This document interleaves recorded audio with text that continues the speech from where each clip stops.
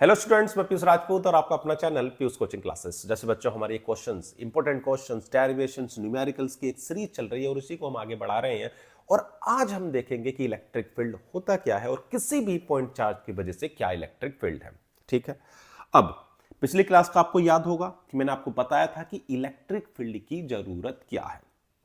अब electric field क्या है पहले समझो कि आपके पास एक सोर्स चार्ज है यानी क्यू, जिसे मैंने पिछली क्लास में आपको कहा था कि आप इसे होस्ट चार्ज भी बोल सकते हैं। क्या है ये? Source charge. ठीक, और एक आपके पास टेस्ट चार्ज है क्यू नॉट यानी कि होस्ट। हमारे पास जो सोर्स चार्ज है वो होता है जो इलेक्ट्रिक फील्ड को प्रोड्यूस करे, यानी producing the electric field is called source charge. और जिस पर हम इफेक्ट देख रहे हैं, test the effect of the source charge is called test charge. यानी कि सोर्स चार्ज जो प्रोड्यूस कर रहा है इलेक्ट्रिक फील्ड को, टेस्ट चार्ज जिस पर हम इफेक्ट्स ऑब्जर्व कर रहे हैं, एक्सपीरियंस कर रहे हैं। तो क्या है इलेक्ट्रिक फील्ड? अगर कोई भी चार्ज अपने सराउंडिंग में एक ऐसा रीजन क्रिएट करता है जिसमें कोई दूसरा चार्ज यानी test charge electric effect experience करे, उसे हम बोलते हैं इलेक्ट्रिक फील्ड। तो लाइन लिख लेते हैं, a reason surrounding a region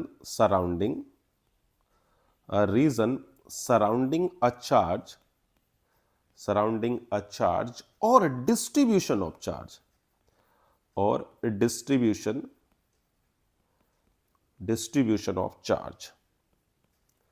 in which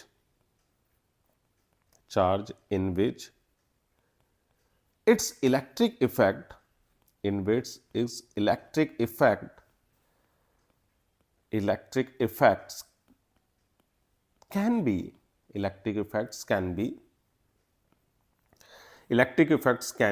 observed is called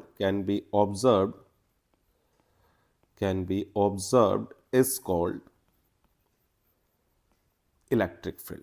clear है इतनी बात? उसे हम क्या बोल रहे हैं? इलेक्ट्रिक फील्ड बोल रहे हैं। इतनी बात समझ में आ गई कि किसी भी चार्ज के सराउंडिंग में चार्ज बोलो या आप उसे डिस्ट्रीब्यूशन ऑफ चार्ज बोलो, आपकी इच्छा है, उसके सराउंडिंग में एक ऐसा रीजन जिसमें कोई दूसरा चार्ज इलेक्ट्रिक इफेक्ट्स एक्सपीरियंस कर रहा है, उसे हम बोलते हैं इलेक्ट्रिक फील्ड। जैसे सपोज करो कि आप हो और आपका जो घर है वो आपके लिए एक फील्ड है। ठीक है ना, आप सोर्स चार्ज हो और आपका जो घर है वो एक इलेक्ट्रिक फील्ड समझ लिया कि जो हमने फील्ड है। अब उसमें कोई एंटर करता है तो क्या होगा? अगर एंटर करेगा तो उस पर फोर्स ऑफ इंटरेक्शन तो लगेगा ना, कि आप उसे बुलाओगे या उसे भगाओगे, हाँ या ना? तो यानी कि जो भी टेस्ट चार्ज होगा, ध्यान रखना, आप उसको स्मॉल चार्ज लेते हो। कैसा लोगे? Small charge. जैसे अब मान लो कोई आपके घर में एंट्री करता है, ऐसी तो आप उसे भगा दोगे, भाई आप नहीं जानते तो उसे भगाओगे ना। लेकिन अगर उसमें मान लो डाकू आ जाए तो फिर क्या होगा? फिर तो भैया तुम्हारा घर थोड़ी ना, अब तो वो डाकू का हुआ। इसीलिए हम क्या करते हैं, टेस्ट चार्ज को स्मॉल चार्ज ले रहे हैं कंपैरेटिवली सोर्स चार्ज, ताकि हम इफेक्ट्स सोर्स चार्ज के टेस्ट चार्ज पर ऑब्जर्व करें, ना कि टेस्ट चार्ज के सोर्स चार्ज पर। बात समझ में आ रही है? चलो, इतनी बात हमें समझ में आ गई। या फिर आप ये भी कह सकते हैं कि electric field strength at any point is, या ऐसा बोल दो कि electric field is defined as the electrostatic. एक दूसरी डेफिनेशन भी आप लिख सकते हो जो मैंने आपको पिछली क्लास में समझाया था उसके बेसिस पर, कि electrostatic force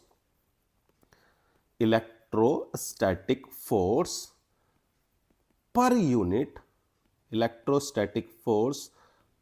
unit positive charge. हाँ या ना? इतनी बात समझ में आ गई कि पर यूनिट पॉजिटिव चार्ज पर जो भी फोर्स एक्सपीरियंस होगा उसे हम बोलेंगे electric field. E is equal to F upon Q naught. बात समझ में आ गई कि force per unit positive charge भी क्या है? इलेक्ट्रिक फील्ड है। बस आप ये ध्यान रखोगे कि जो भी आपका टेस्ट चार्ज होगा वो स्मॉल टेस्ट चार्ज हो। क्लियर है इतनी बात? इसमें कोई दिक्कत तो नहीं। और जो फोर्स की डायरेक्शंस होती है प्यारे बच्चों, वही डायरेक्शंस इलेक्ट्रिक फील्ड की भी होगी। बात इतनी समझ में आ रही है? क्या कहा मैंने? अब एक बात और, अगर आपके पास ऐसा समझो कि एक पॉजिटिव चार्ज है, ये वाला जो हमारा सोर्स था Q, और ये आपका टेस्ट चार्ज है क्यू नॉट, तो इन दोनों ये पॉजिटिव है तो इसमें रिपल्शन होगा, तो इस डायरेक्शन में फोर्स होगा।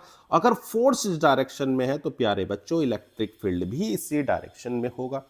अगर हमारा सोर्स चार्ज निगेटिव होता और टेस्ट चार्ज तो हमने पॉजिटिव लिया हुआ है, तो इलेक्ट्रिक फील्ड की डायरेक्शंस अब आपको अपोजिट नजर आएगी। क्लियर है इतनी बात, इसमें कोई दिक्कत तो नहीं है। अब एक बात का और ध्यान रखना कि कभी आपका टेस्ट चार्ज जो क्यू नोट है, अगर वो टेस्ट चार्ज कैसा है, पॉजिटिव है, क्यू नोट कैसा है, पॉजिटिव। एक चीज मैं बता रहा हूं, बस सुन लो कि अगर टेस्ट चार्ज आपका पॉजिटिव है, कैसा है, पॉजिटिव है, तो जो मेजर्ड वैल्यू होती है इलेक्ट्रिक इंटेंसिटी या इलेक्ट्रिक फील्ड की, वो थोड़ी सी कम होती है एक्चुअल वैल्यू से। क्या बताया मैंने, अगर क्यू नॉट पॉजिटिव है तो मेजर्ड, लिख देता हूं मैं, परेशान मत हो, कि क्यू नॉट अगर पॉजिटिव है तो जो मेजर्ड वैल्यू होगी, क्या होगी, measured value of electric field intensity या electric field strength, electric field intensity will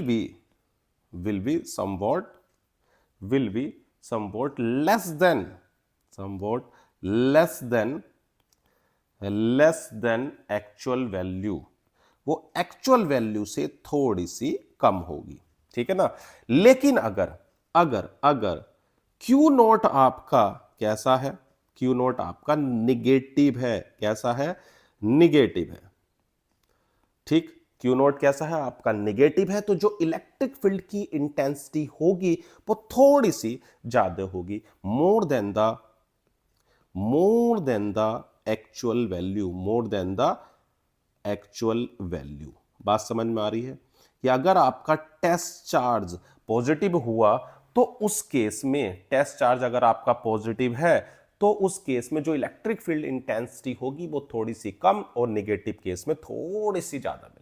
जैसे छोटे से एग्जांपल समझाता हूं कि मान लो आपका घर है, ठीक है, और आपका एक छोटा भाई है और आपका प्रॉपर्टी का डिस्ट्रीब्यूशन होता है, तो आपकी जो प्रॉपर्टी होगी वो कम हो जाएगी या बढ़ेगी, तो सिंपल सी बात है कम होगी, क्योंकि कुछ हिस्सा उसका हो जाएगा, कुछ हिस्सा आपका, क्योंकि दोनों आप सेम है, दोनों चार्ज की नेचर कैसी है, सेम, मतलब क्यू भी पॉजिटिव है और क्यू नॉट भी आपका पॉजिटिव है। लेकिन अब सपोज करो आपके घर के ठीक बराबर में आपकी शादी हो जाती है, हाँ या ना, अब क्यू नॉट कैसा हो गया, देखो निगेटिव, अब उसकी प्रॉपर्टी मान लो आपकी हो जाती है, तो अब फील्ड बढ़ा या घटा, सिंपल सी बात है, स्ट्रेंथ बढ़ गई। तो रीजन ये है कि भाई अगर आप क्यू नॉट को पॉजिटिव ले रहे हो, क्यू नॉट को क्या ले रहे हो, पॉजिटिव, तो जो एक्चुअल वैल्यू आएगी वो थोड़ी सी कम होगी, क्योंकि उसका इफेक्ट भी आपको उस पर किस पर, सोर्स चार्ज पर दिखेगा। लेकिन अगर नेगेटिव है तो थोड़ी सी वैल्यू आपको ज्यादा मिलेगी। क्लियर है इतनी बात, कोई दिक्कत तो नहीं इसमें। तो अभी तक हमने क्या समझा कि भाई कि इलेक्ट्रिक फील्ड क्या है, किसी भी सोर्स चार्ज के सराउंडिंग में एक ऐसा रीजन जिसमें कोई दूसरा test charge electric effect experience करता है, उसे बोलते हैं इलेक्ट्रिक फील्ड, या आप ये कह सकते हो कि force per unit positive charge is called electric field. इतनी बात क्लियर होगी। अब इलेक्ट्रिक फील्ड की बात करते हैं, इसकी यूनिट की। तो देखो, अगर मैं यूनिट की बात करूं तो F अपॉन क्यू है, यानी कि आपके पास फोर्स की यूनिट होती है न्यूटन और आपके पास चार्ज की यूनिट होती है कूलम। तो न्यूटन पर कूलम इसकी क्या हो जाएगी, यूनिट आप बोल सकते हो, कितनी, न्यूटन पर कूलम। कोई दिक्कत तो नहीं इसमें, न्यूटन पर कूलम। अब अगर मैं डायमेंशंस की भी बात करूं, देखो डायमेंशंस भी पूछी जाती हैं, ठीक है ना। अब देखो यूनिट तो इसकी आप ये भी बोल सकते हो, बोल्ट पर मीटर भी इसकी यूनिट होती है, कितनी, बोल्ट पर मीटर, ये भी यूनिट होती है। न्यूटन पर कूलम बोल दो या आप, इसकी इच्छा है आप इसमें बोल्ट पर मीटर। अब यूनिट की बात, वो डायमेंशंस की बात करते हैं। तो देखो डायमेंशंस में आपको पता है न्यूटन की डायमेंशन यानी कि आपको याद होगी mL/t-2, हाँ या ना। और चार्ज आपके पास क्या होता था, IT, यानी कि ये हो जाएगी AT, तो ये आपके पास आ जाएगी mL/t-1 और टी ये हो जाएगी ना, T-3 हो जाएगी, T-3। तो ये आ जाएगी आपके पास कितनी, m l a-1 और t-3, ये इसकी डायमेंशंस हो गई। क्लियर है इतनी बात, इसमें तो कोई दिक्कत नहीं। और डायरेक्शंस वही होगी जो आपके पास फोर्स की डायरेक्शंस है, प्लस से है तो अवे और माइनस से है तो टूवर्ड्स होगी, इसमें तो कोई दिक्कत वाली बात नहीं, पक्का। चलो भाई आगे बढ़ते हैं। तो ये तो हमने डेफिनेशन सीख ली और फॉर्मूला देख लिया, डायमेंशंस देख ली, यूनिट देख ली। आगे बढ़ते हैं, अब हम देखते हैं क्या नाम कि पॉइंट चार्ज की वजह से क्या इलेक्ट्रिक फील्ड होगा, यह हम देखना चाह रहे हैं। यानी कि इलेक्ट्रिक फील्ड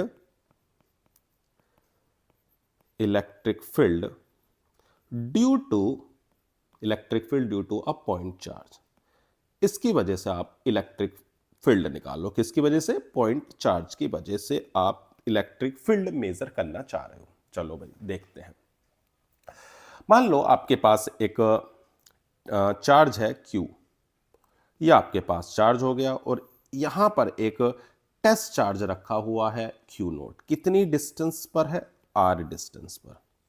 तो पहले हम इन दोनों के बीच में लगने वाले फोर्स को, फोर्स तो इधर होगा आपका, ठीक है भाई, तो फोर्स जो है कितना होगा, तो F इजिकल टू, आपने पढ़ा था formula, Q0 Q1 Q2 upon 4πε0 R square, लिख दो Q0 अपॉन 4πε0 R स्क्वायर। ठीक है भाई, इन दोनों के बीच में लगने वाले फोर्स को निकाल लिया। अब इलेक्ट्रिक फील्ड क्या होगा, तो भाई इलेक्ट्रिक फील्ड की अगर बात करें तो आपने लिखा था formula E equal to F upon Q0, तो आप F की वैल्यू रख दो, तो Q0 upon 4πε0 R square divide by Q0 आपका टेस्ट चार्ज है। तो आपके पास इलेक्ट्रिक फील्ड कितना आ गया प्यारे बच्चों, तो E इजिकल टू आ गया Q अपॉन 4πε0 R स्क्वायर। ठीक है, अब इससे क्या क्या पता चल पा रहा है, इससे यह पता चल पा रहा है कि जो आपका इलेक्ट्रिक फील्ड है वो सिर्फ और सिर्फ उस चार्ज पर डिपेंड करता है, उस टेस्ट चार्ज पर डिपेंड नहीं करता। यानी electric field is directly proportional to charge और inversely proportional to R square. Clear है इतनी बात। अब मैं अगर ग्राफ की बात करूं, देखो ग्राफ भी बहुत इंपॉर्टेंट है, आपको पता होने चाहिए। अब अगर इस डायरेक्शन में आर है और इस डायरेक्शन में मैंने ई ले लिया, मतलब एक्स एक्सिस पे आर और वाई एक्सिस पर ई, तो ये इनवर्सली है, जैसे जैसे डिस्टेंस बढ़ेगी वैसे वैसे इलेक्ट्रिक फील्ड की वैल्यू आपकी घटेगी। क्लियर इतनी बात। लेकिन अगर मैं यहां पर 1 अपॉन आर स्क्वायर लेता हूं और पाई एक्सिस पर इलेक्ट्रिक फील्ड, तो आपको एक स्ट्रेट लाइन दिखाई देगी। क्या दिखाई देगी, स्ट्रेट लाइन। क्लियर है इतनी बात। कैसे, देखो इसको भी बता देता हूं मैं। आपके पास फॉर्मूला आया था E equal to Q upon 4πε0 R square, आप कंपेयर कर सकते हो Y equal to mx plus C से। इलेक्ट्रिक फील्ड है वो वाई एक्सिस पर है और जो आपका 1 अपॉन आर स्क्वायर है उसे आप एक्स लो, तो देखो स्लोप क्या नजर आ रहा है प्यारे बच्चों, तो Q अपॉन 4πε0 और C कुछ है नहीं, यानी कि ओरिजिन से पास करेगी। क्लियर है इतनी बात, कोई दिक्कत तो नहीं, पक्का। चलो भाई, तो हमारे पास किसी भी पॉइंट चार्ज की वजह से इलेक्ट्रिक फील्ड आ गया Q अपॉन 4πε0 R स्क्वायर, जो किस पर डिपेंड कर रहा है, चार्ज पर और डिस्टेंस पर। कोई दिक्कत तो नहीं है इसमें। क्लियर है इतनी बात। चलो अब छोटे छोटे से क्वेश्चंस करके देख लेते हैं। तो बच्चों क्या कह रहा है हमारा पहला क्वेश्चन, कि electric field at A point always continuous if there is no charge at that point, discontinuous only if there is a negative charge at point, and discontinuous if there is a charge at that point। देखो बच्चों, electric field जो होता है वो एक continuous होता है, ठीक है ना, लेकिन अगर कोई चार्ज प्रेजेंट है तो उसकी वजह से कहीं पर डिसकंटिन्यूअस हो सकता है। तो दो ऑप्शन आपके सही है, कंटिन्यूअस होगा अगर कोई चार्ज नहीं है और डिसकंटिन्यूअस होगा अगर चार्ज है। तो बी और डी बिल्कुल सही है। क्या बताया मैंने, कि अगर हमारे पास आइसोलेटेड चार्ज है तो वो कंटिन्यूअस है, लेकिन अगर कोई चार्ज प्रेजेंट है तो हां डिसकंटिन्यूअस हो सकता है। क्लियर है इतनी बात, इसमें तो कोई दिक्कत वाली बात नहीं है। चलो भाई आगे बढ़ते हैं। क्या कह रहा है, if the charge on an object is double then the electric field. मैंने आपको बताया था कि इलेक्ट्रिक फील्ड जो है उसका formula E is equal to Q upon 4 pi epsilon naught R square. अगर मैं चार्ज को डबल करूंगा तो इलेक्ट्रिक फील्ड भी डबल हो जाएगा। चार्ज डबल तो इलेक्ट्रिक फील्ड भी डबल होगा। कोई दिक्कत इसमें? तो कौन सा ऑप्शन आपका हो गया? तो भैया बी ऑप्शन होगा कि हाँ डबल हो जाएगा, चार्ज डबल तो इलेक्ट्रिक फील्ड भी डबल। क्लियर बात? आगे बढ़े।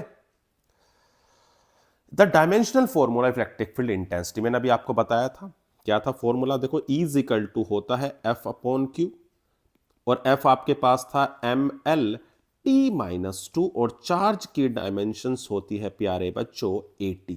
तो जब आप लिखोगे तो ml T-3 और A-1, तो कौन सा ऑप्शन नजर आ रहा है आपको? तो ml T-3 A-1 यानी कि पहला ऑप्शन। कोई दिक्कत तो नहीं है इसमें? चलो आगे बढ़ते हैं। 5 equal charges each of value k are placed at the corners of regular pentagon of side A. The electric field at the center of pentagon। देखो बच्चों, जो आपके पास चार्जेस हैं, जो भी चार्जेस आपको दिए गए हैं वो सब सिमेट्रिक हैं, ठीक है ना, और इक्वल डिस्टेंस पर है, सबकी डिस्टेंस सेम है और सिमेट्रिक है। तो इसकी वजह से इस सेंटर पर जो भी नेट इलेक्ट्रिक फील्ड होगा वो जीरो होगा।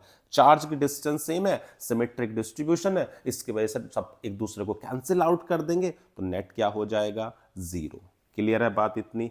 चलो आगे बढ़ते हैं। हाँ, 5 equal charges each of volume value k q are placed at the corners of regular pentagon of side A. What will be the electric field at center O if the charge from one of the corner is removed? अब देखो बच्चों, मैं इसे आपको homework में दे रहा हूं, ऐसे समझ लो आप कमेंट सेक्शंस में आप बताओगे कि इस क्वेश्चन का आंसर क्या है और मैं इसका सॉल्यूशन आपको नेक्स्ट वीडियो में दूंगा। क्लियर है ना इतनी बात? चलो कोई दिक्कत तो नहीं है, क्वेश्चन सारे समझ में आ रहे हैं? पक्का? बिल्कुल। चलो भाई, तो अगर आपको हमारी वीडियो अच्छी लग रही है तो प्यारे बच्चों उसको लाइक करें, चैनल को सब्सक्राइब करें। Thank you.